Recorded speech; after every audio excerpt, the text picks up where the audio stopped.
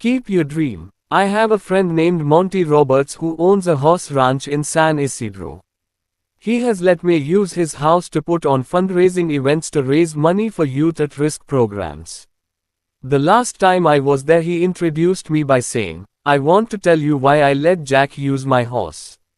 It all goes back to a story about a young man who was the son of an itinerant horse trainer who would go from stable to stable, racetrack to racetrack, farm to farm and ranch to ranch, training horses.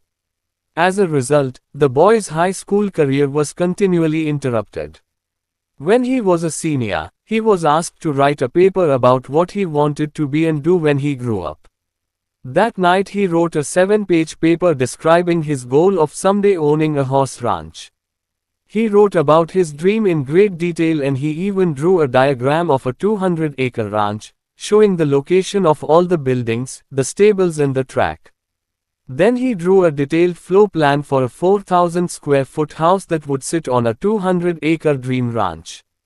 He put a great deal of his heart into the project, and the next day he handed it in to his teacher. 2 days later he received his paper back. On the front page was a large red F with a note that read, "See me after class." The boy with the dream went to see the teacher after class and asked, "Why did I receive an F?" The teacher said, "This is an unrealistic dream for a young boy like you. You have no money. You come from an itinerant family.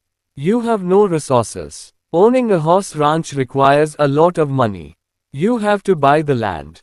You have to pay for the original breeding stock, and later you'll have to pay large stud fees. There's no way you could ever do it." Then the teacher added, "If you will rewrite this paper with a more realistic goal, I will reconsider your grade." The boy went home and thought about it long and hard. He asked his father what he should do. His father said, "Look, son, you have to make up your own mind on this. However, I think it is a very important decision for you." Finally, after sitting with it for a week, the boy turned in the same paper, making no changes at all. He stated, "You can keep the F and I'll keep my dream." Monty then turned to the assembled group and said, "I tell you the story because you are sitting in my 4,000 square foot house in the middle of my 200-acre horse ranch. I still have that school paper framed over the fireplace." He added, "The best part of the story is that 2 summers ago that same school teacher brought 30 kids to camp out on my ranch for a week. When the teacher was leaving, he said, 'Look, Monty, I can tell you this now. When I was your teacher,